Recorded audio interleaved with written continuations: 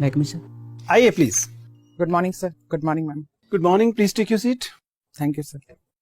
आप मिस्टर जगदीश कुमार हैं। जी सर। जगदीश, बताइए अपने बारे में कुछ।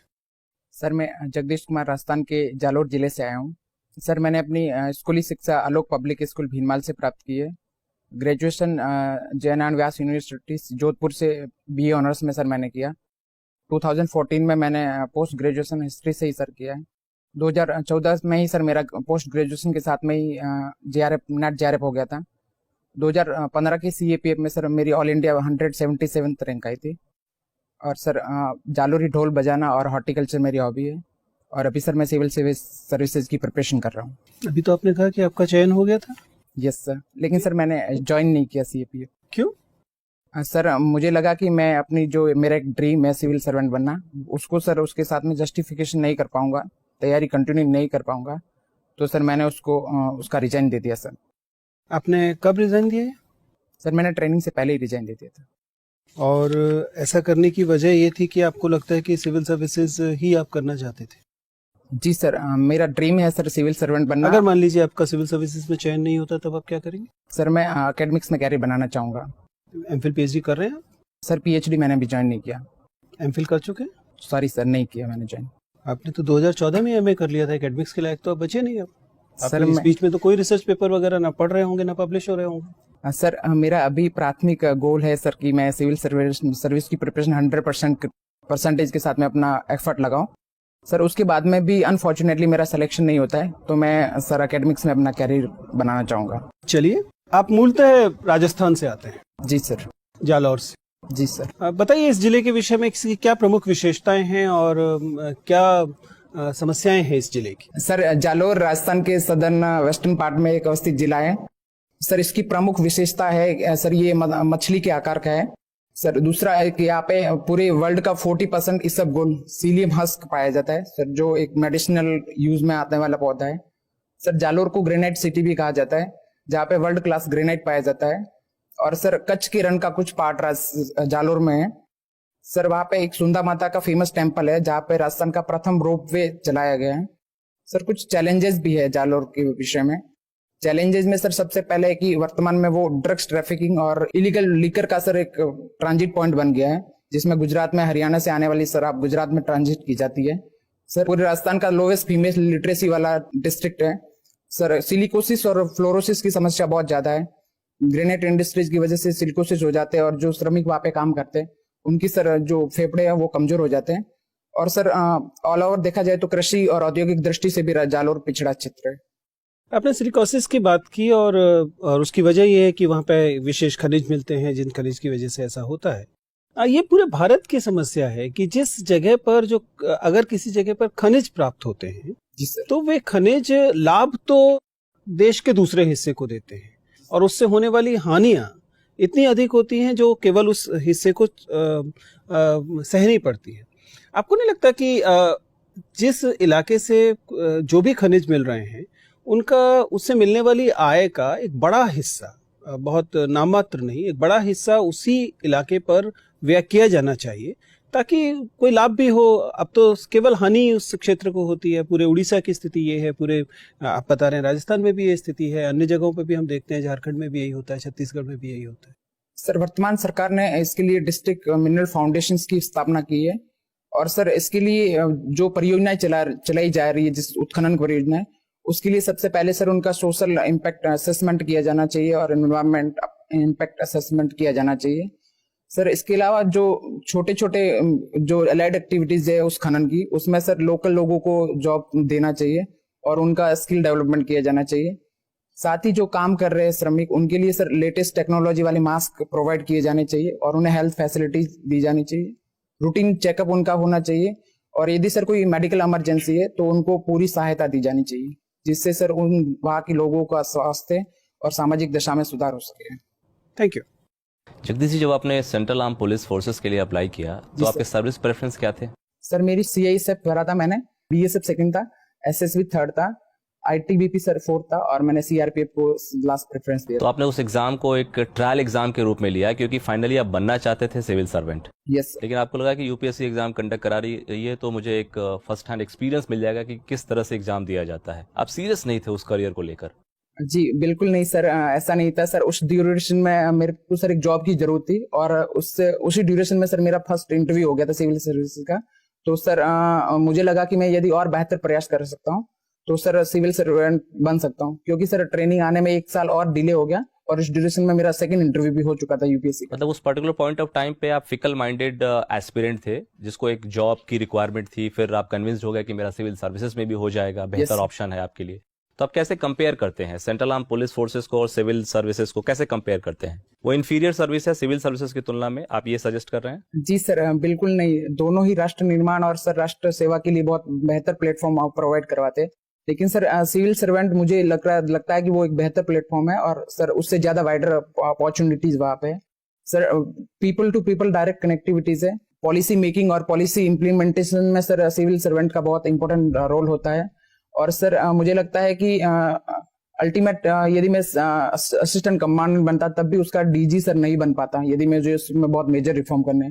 तो यदि मैं सिविल सर्विसेज के माध्यम से जाता और आईपीएस भी बन जाता तो भी सर उसका डीजी बनने के मुझे पूरे चांस मिलते। हाँ, तो 24 सर्विसेज जिसमें 2 सर्विसेज आपकी ऑल इंडिया की है, कुछ सर्विसेज ग्रुप बी सर्विसेज भी है, और जरूरी नहीं है कि आपको आईएएस और आईपीएस ही मिले। अगर आपको इंडियन डिफेंस अकाउंट सर्विस मिलता है तो आप किस तरह के पॉलिसी रिफॉर्म्स कर पाएंगे? वहां भी पहुंचने में आपको बहुत समय लग जाएगा। सर मैं पूरी कोशिश करूंगा कि जो मेरा ड्रीम जॉब है, जो ऊपर की जो टॉप सर्विसेज है वो मिले। यदि सर उसके बावजूद भी नहीं मिलती है तब भी सर जिस भी फील्ड में मैं जाऊंगा, इंडियन डिफेंस अकाउंट सर्विस में जाऊं या इंडियन ऑडिट सर्विस में जाऊं, सर मैं अपना पूरा 100% देने की कोशिश करूंगा। और जितना सर मेरे में पोटेंशियल है वो सर मैं उसको एक्सट्रीम यूज करना चाहूंगा। ठीक है जगदीश जी, ये बताइए जो भारतीय स्वतंत्रता संग्राम का जो डॉक्यूमेंटेड इतिहास है हमारे पास, जी सर, उसके बारे में कहा जाता है कि वो लिबरल पर्सपेक्टिव से लिखा गया है। आप मुझे बताइए अगर वो राइटिस्ट पर्सपेक्टिव से लिखा जाता तो किस फ्रीडम फाइटर को सेंटर स्टेज मिलता उस पर? आप समझ पा रहे हैं? Yes sir. सर मुझे लग रहा है कि यदि राइटिस्ट अप्रोच से लिखा जाता है यदि पूरा इतिहास, तो हो सकता था कि वीर सावरकर है, सुभाष चंद्र बोस है, सरदार पटेल है, उनको सर वेटेज मिलता, ज्यादा वेटेज मिलता है। आप अपने उत्तर से सजेस्ट कर रहे हैं कि जो अभी जो इतिहास है भारतीय राष्ट्रीय आंदोलन का, yes. वो मतलब प्रिजुडाइज्ड है, वो सही पिक्चर लोगों के सामने नहीं आई है, वो किसी पार्टिकुलर पर्सपेक्टिव से, और वो प्लेग्ड है कंप्लीटली। सर नहीं, मुझे सर लगता है कि ये बात नहीं है। इतिहास में सारी धाराओं का उचित प्रतिनिधित्व होना चाहिए। और सर यदि इतिहास समग्र दृष्टिकोण से लिखा जाएगा तो सारे जो हमारे फ्रीडम फाइटर्स है या इतिहास की जो भी महत्वपूर्ण घटनाएं, उनको सर सभी को उचित प्रतिनिधित्व मिलेगा। और चूंकि सर इतिहास में कहीं ना कहीं एक पर्टिकुलर विचारधारा है वो थोड़ी सी प्रभावी होती है, तो सर मुझे लगता है कि इसकी वजह से कुछ जो व्यक्तित्व होते हैं उन्हें ज्यादा महत्व मिल जाता है और कुछ व्यक्तित्व को सर अपेक्षाकृत उतना महत्व नहीं मिलता है जितना उन्हें मिलना चाहिए। अच्छा, आपने एमए भी किया है इतिहास में, तो एक प्रश्न मुझे बार बार परेशान करता है कि गांधी इरविन समझौता जब हुआ, महात्मा गांधी डोमिनेटिंग पोजीशन में थे और बेहतर तरीके से उसको नेगोशिएट कर सकते थे। मेरा प्रयास ये है कि भगत सिंह की रिहाई वो मांग सकते थे शायद। यस, कुछ लोगों का आरोप है और हम लोग भी शायद कन्विंस्ड है इतिहास को देख के कि उन्होंने भगत सिंह की पैरवी ही नहीं की और उस टर्म्स को नेगोशिएट ही नहीं किया जो कर सकते थे। आपको लगता है कि महात्मा गांधी, ये कहां तक सत्य है, और अगर सत्य है तो ये एक हिस्टोरिकल ब्लंडर नहीं किया महात्मा गांधी ने? सर गांधी जी अहिंसा की जो उनका सिद्धांत था उस पर सर अटल रहे। और सर गांधी जी को लगता था कि यदि हम हिंसा के थ्रू किसी भी पक्ष को बार्गेनिंग करने की कोशिश करेंगे या हिंसक जो गतिविधियों में इन्वॉल्व है उनको छोड़ देंगे, तो हो सकता है कि आगे हमारा नेशनल मूवमेंट वायलेंट हो जाए और उससे एक इनडायरेक्टली मैसेज जाए कि गांधी जी यदि वायलेंट एक्टिविटीज में इन्वॉल्व है तो उनको भी आपको रिहाई करवा सकते हैं। तो सर मुझे लगता है कि तत्कालीन परिस्थितियों को देखते हुए गांधी जी ने सर जो गांधी इरविन समझौता हुआ वो ठीक होता। लेकिन सर इसमें यदि भगत सिंह को फांसी की जगह उनकी रिहाई भी, उनको सर फांसी की जगह उम्र कैद हो जाती तो और बेहतर होता, क्योंकि सर एक बहुत यंग एज में ही भगत सिंह फांसी पे शहीद हो गए। और यदि सर वो उनके विचार हमें दीर्घ जीवी होते तो उनके विचार और हमें मिलते। अच्छा, बताइए महात्मा गांधी के ऊपर 124A सेडिशन के चार्जेस कितनी बार लगाए गए और कौन कौन से आंदोलन में लगाए गए? सॉरी सर, इसका मुझे आइडिया नहीं। सर जगदीश, जयनारायण व्यास कौन थे? सर राजस्थान के एक महत्वपूर्ण समाज सेवी और स्वतंत्रता सेनानी थे, जिन्होंने सर मारवाड़ क्षेत्र में जन जागरण किया और सर शिक्षा और जो राजनीतिक चेतना है उसके क्षेत्र में उन्होंने महत्वपूर्ण योगदान दिया सर। साथ ही सर ये राजस्थान के तीसरे मुख्यमंत्री भी थे। अच्छा, ये बताइए कि बाग में और बागीचा में क्या फर्क है? एग्जैक्ट सर इसका मुझे आइडिया नहीं है सर। सामाजिक वन क्या होता है? सर जो सोशल फैक्टर जिसमें समाज के सारे लोगों का योगदान होता है और जो सर किसी संस्कृति या किसी परंपरा विशेष का प्रतिनिधित्व करते हैं उनको सर सामाजिक वन कहते हैं। विश्व में आम का सबसे बड़ा उत्पादक देश कौन है? सॉरी सर इसका आइडिया नहीं मुझे। अच्छा, हम किन किन सब्जियों को सबसे ज्यादा पैदा करते हैं देश में? सर टमाटर है, आलू है, प्याज है, इनका सर हम मेजर प्रोडक्शन करते विश्व में किस सब्जी में उत्पादन नंबर 1 है हम? हैं। केला है सर, आलू है, पपीता है और आम सर। पपीते की सबसे ज्यादा खेती किस प्रांत में होती है? जी सर इसका मुझे आइडिया नहीं। अच्छा, टमाटर सबसे ज्यादा किस प्रांत में पैदा होता है? सॉरी सर इसका भी मुझे आइडिया नहीं। अभी भारत सरकार ने कृषि निर्यात नीति घोषणा की है। Yes sir. कितनी अवधि के लिए है और क्या उद्देश्य है इसके? सर अभी जो वर्तमान में कृषि नीति घोषित की है उसका सर टारगेट है कि हमारा जो कृषि एक्सपोर्ट है उसको डबल किया जाए और सर ये 2020 तक है और सर आगे भी उसको मतलब 2030 तक का भी कुछ टारगेट दिया गया जिसमें हमारा जो एग्रीकल्चर का एक्सपोर्ट है उसको और ज्यादा 3 गुना बढ़ाने का प्रयास किया जाएगा। विस्तारवादी मौद्रिक नीति किसे कहते हैं?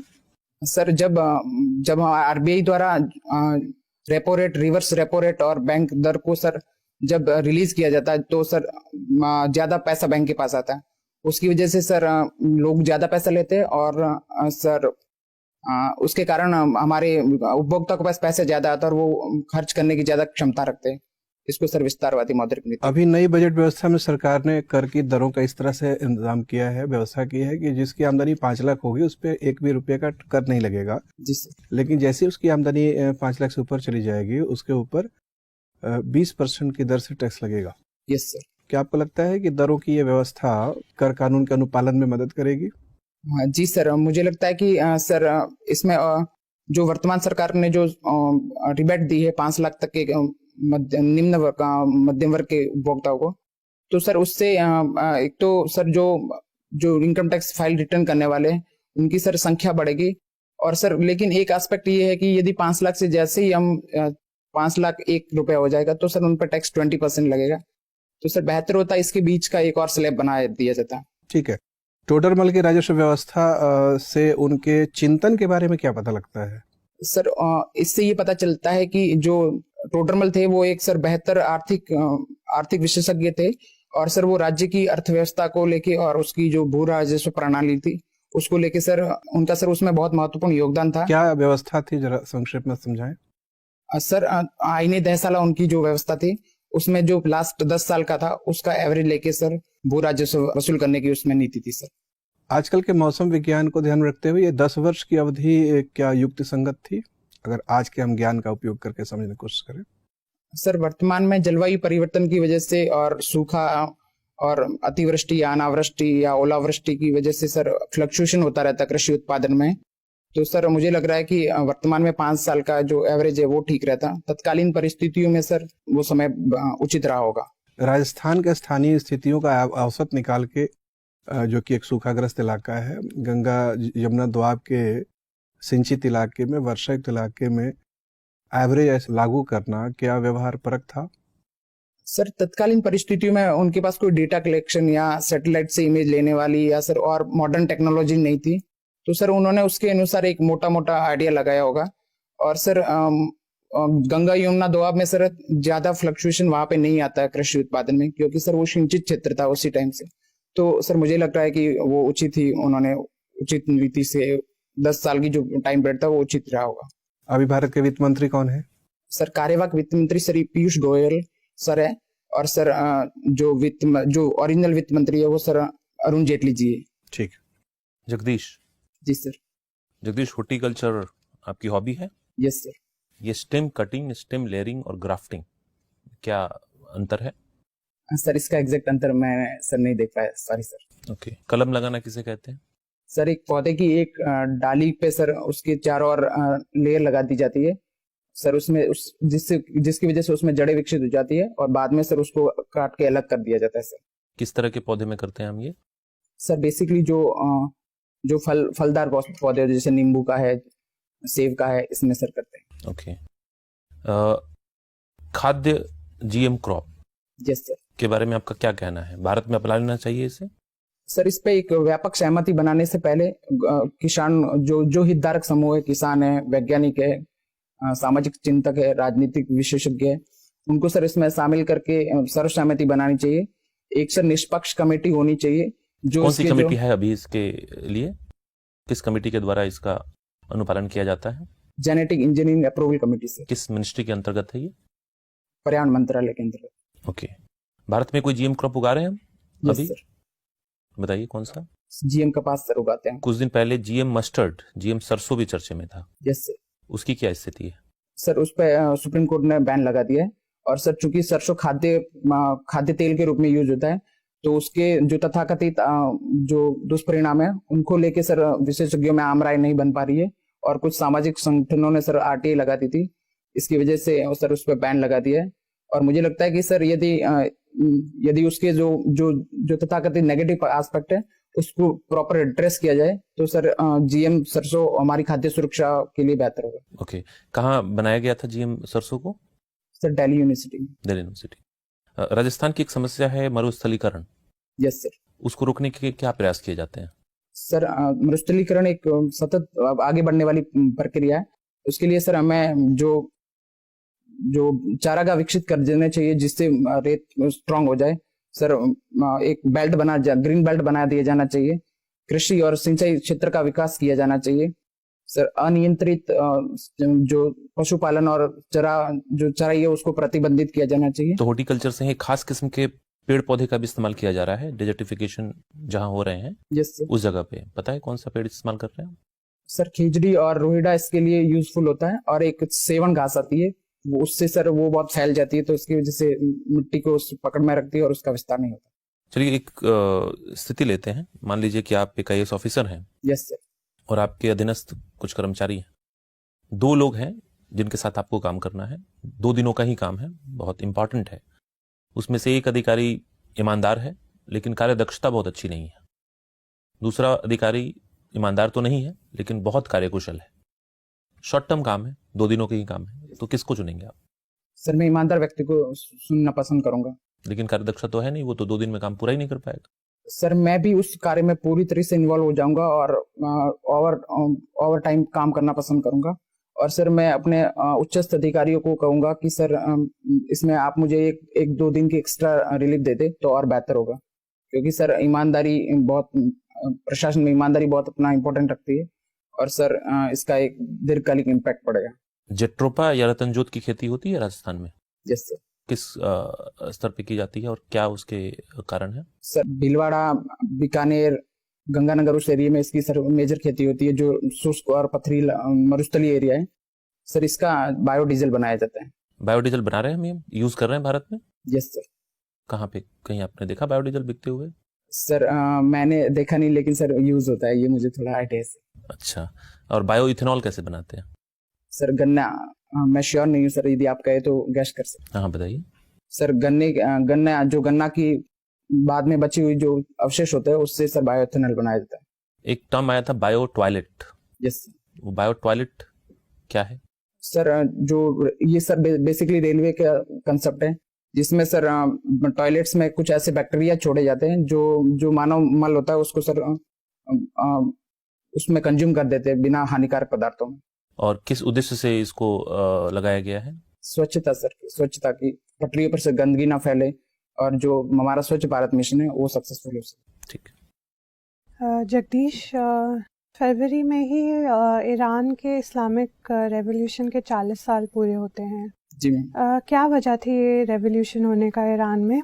मैम जो ईरान में रेवोल्यूशन हुआ उसका मुख्य कारण ये था कि जो उदारवादी गणतंत्र व्यवस्था थी, मोहम्मद रजा शाह पहलवी के नेतृत्व में उन्होंने उदारवादी जो कंसेप्ट अपनाए थे। कुछ लोगों जो रेडिकल इस्लामिक्स थे उन्होंने उसका प्रतिकार किया और उन्होंने उनको पाश्चात्य देशों का पिट ठोका। इसकी वजह से वहाँ के लोगों ने अयातुल्ला खमैनी के नेतृत्व में इस्लामिक रेवोल्यूशन कर दिया। तो 40 साल बाद अगर देखा जाए तो ये बोला जा सकता है कि सक्सेसफुल था रेवोल्यूशन।